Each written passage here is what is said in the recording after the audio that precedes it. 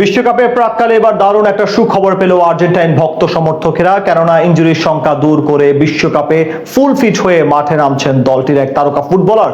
Club ফুটবলে যার চোটে পড়ার খবরে বিমর্ষ হয়ে পড়ে আকাশী নীল সমর্থকেরা। পরীক্ষার পর জানা গেল বিশ্বকাপে নিজেদের প্রথম ম্যাচে মাঠে নামবেন তিনি। কে এই ফুটবলার যার সুস্থতার খবরে আনন্দের জোয়ার বইছে আলবিসেলেস্তাদের মনে, সে কথাই জানবো এই রিপোর্টে।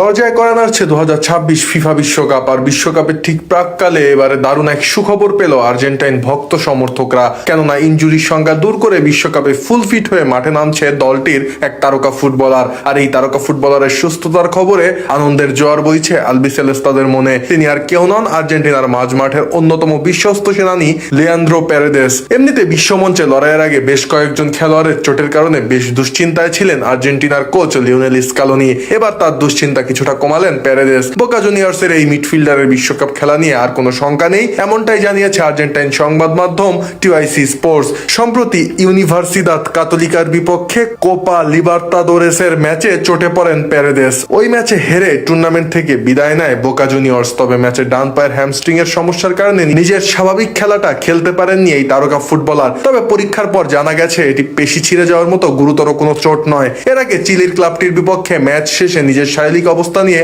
প্যারেদেস বলেন, পুরো সপ্তাহ জুড়েই তিনি হ্যামস্ট্রিং এর সমস্যার সঙ্গে লড়ছিলেন, কিন্তু ম্যাচটি না খেলে থাকা তার পক্ষে সম্ভব ছিল না। কোচ তাকে মাঠে নেমে নিজের যত্ন নিতে বলেছিলেন, কারণ সামনে আরো বড় লক্ষ্য ছিল।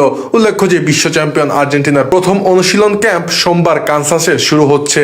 প্যারেদেস শতভাগ ফিট না হলেও বিশ্বকাপের উদ্বোধনী ম্যাচে তার অংশগ্রহণ নিয়ে কোনো শঙ্কা নেই বলে জানিয়েছেন টিআইসি স্পোর্টস এর সাংবাদিক গাস্তন এদুল। বিশ্বকাপের আগে হন্ডুরাস ও আইসল্যান্ডের বিপক্ষে দুটি প্রস্তুতি ম্যাচের অন্তত একটিতে প্যারেদেসকে খেলতে দেখা যেতে পারেও বলে জানান তিনি। তবে বিশ্বকাপের মূল আসরে শুরুর একাদশে প্যারেদেসের জায়গা এখনো নিশ্চিত নয়। মাঝমাঠে তাকে সুযোগ দিতে হলে রদ্রিগো দিপলকে বাইরে রাখতে হতে পারে, যার সম্ভাবনা কম। দিপলের সঙ্গে এনজো ফার্নান্দেজ ও অ্যালেক্সিস ম্যাকঅ্যালিস্টারের খেলার সম্ভাবনাই বেশি। তবুও লিয়ান্দ্রো প্যারেদেসের সুস্থ হওয়া এবং একাদশে তার উপস্থিতি আর্জেন্টিনার জন্য অত্যন্ত গুরুত্বপূর্ণ, কেননা বর্তমান দলে ডিপল, এনজো ও ম্যাকঅ্যালিস্টার ত্রয়ী নিয়মিত খেললেও বিশ্বকাপের মতো দীর্ঘ ও মানসিক চাপের টুর্নামেন্টে প্যারেদেস হতে পারেন স্ক্যালোনির সবচেয়ে বড় ট্যাকটিক্যাল হাতিয়ার, যিনি মূলত একজন ডিপ লাইং প্লেমেকার, যিনি রক্ষণভাগের সামনে দেয়াল হয়ে দাঁড়াতে পারেন এবং নিখুঁত লং পাসের মাধ্যমে মুহূর্তের মধ্যে প্রতিপক্ষের রক্ষণ দুর্গ ভেঙে দিতে পারেন। ম্যাচের গতি নিয়ন্ত্রণ করা এবং প্রয়োজনে দলের আক্রমণ ও রক্ষণ ভাগের মধ্যে ভারসাম্য বজায় রাখায়ও তার অভিজ্ঞতা অনন্য। বিশেষ করে নকআউট পর্বের কঠিন ম্যাচগুলোতে যখন মাঝমাঠের নিয়ন্ত্রণ ধরে রাখা